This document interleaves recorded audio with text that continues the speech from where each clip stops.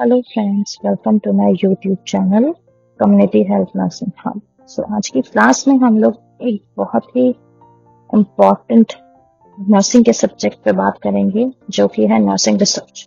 और इसमें आज हम बात करेंगे फंडामेंटल ऑफ नर्सिंग में यूनिट 1 प्रॉब्लम सॉल्विंग। तो क्या है ये प्रॉब्लम सॉल्विंग, ये जरूरी क्यों है नर्सिंग में, और नर्सिंग रिसर्च क्यों है जरूरी नर्सिंग में।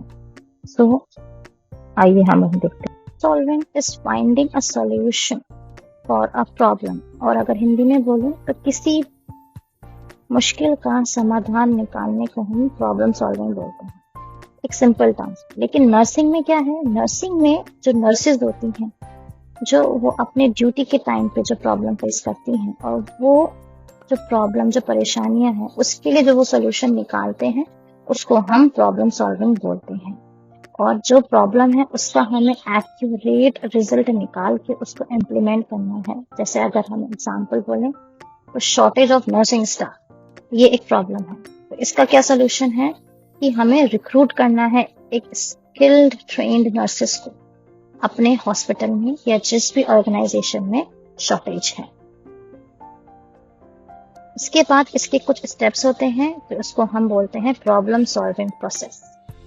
इसमें कुछ सीरीज है, आई नेक्स्ट स्लाइड में हम लोग पढ़ेंगे। इसमें कुछ स्टेप्स हैं जो कि हैं problem definition, problem analysis, generation possible solution, analysing the solution, selecting the best solution, implementing the solutions, and lastly evaluation and revision. तो जो स्टेप 1 है वो है प्रॉब्लम सॉल्विंग डेफिनेशन। तो इसमें सबसे पहले हम क्या करते हैं कि जो भी हमारी प्रॉब्लम है वो हम लिखते हैं, और उसके लिए हम लोग क्या करते हैं, सॉल्यूशन निकालने की कोशिश करते हैं।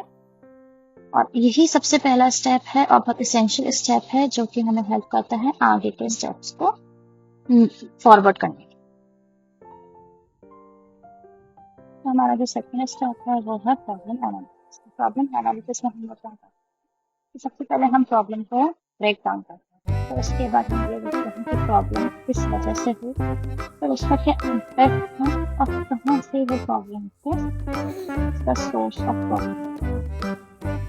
जो थर्ड स्टेप है हमारा वो है generating possible solution. Generating possible solution में हम क्या करते हैं कि जो भी हमारा प्रॉब्लम है जो डिस्कवर हुआ है उसके लिए हम एक कॉन्ट्रीब्यूटिंग फैक्टर्स को इन्वेस्टिगेट करते हैं जो कि हमारे प्रॉब्लम सॉल्यूशन में।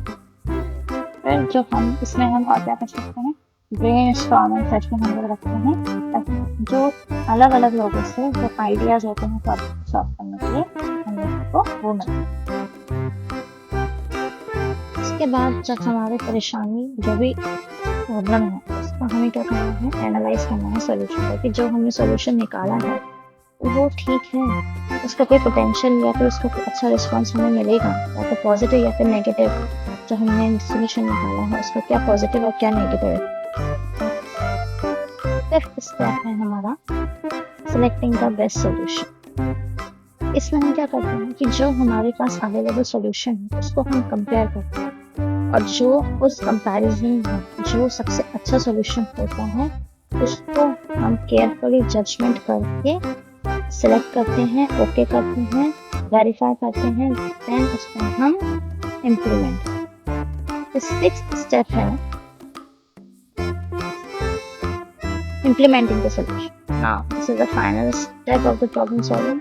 इसमें हम प्रैक्टिकली प्रॉब्लम का जो सॉल्यूशन है उसको हम इम्प्लीमेंट करते हैं, या फिर हम क्रिएट करते हैं प्लान ऑफ एक्शन को। जैसे अगर हम सिंपल एक एग्जांपल बोलें, जिससे हम लोग नर्सिंग केयर प्लान बोलते। उसके बाद हम लोग डिसाइड करते हैं कि हमें आगे कैसे बढ़ना है।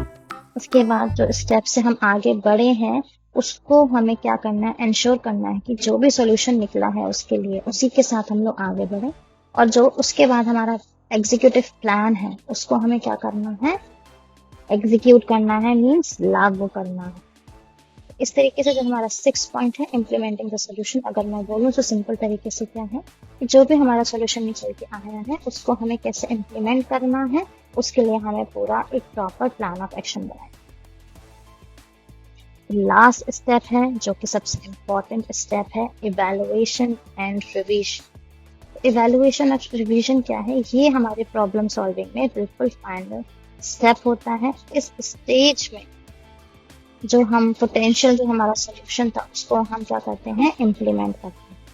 और फिर इवैल्यूएशन हम लोग करते हैं उसका इफेक्टिवनेस, मीन्स जो प्रॉब्लम था उसका क्या फाइनली सोल्यूशन निकल पाया।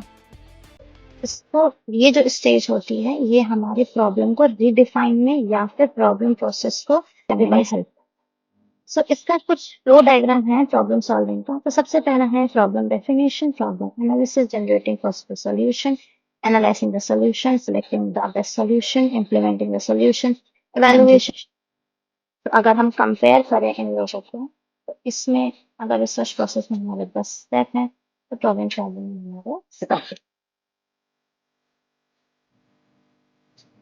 तो आज के इस स्लाइड में, प्रेजेंटेशन में हम लोगों ने problem solving, steps of problem solving, comparison ही हमने डिस्कस किया था, रिसर्च प्रोसेस और प्रॉब्लम्स। तो ये सारी चीजें मैंने Sharma Suresh K Sharma national research second edition से मैंने लिया है। And LSU health New Orleans academic success programme strategies for problem solving यहाँ से किया है, और जो आप लोगों ने जैसे मैंने इन वेबसाइट से। So thank you for listening me, and I request please like, share and subscribe my channel and be ready for the updates of the nursing research and further the community.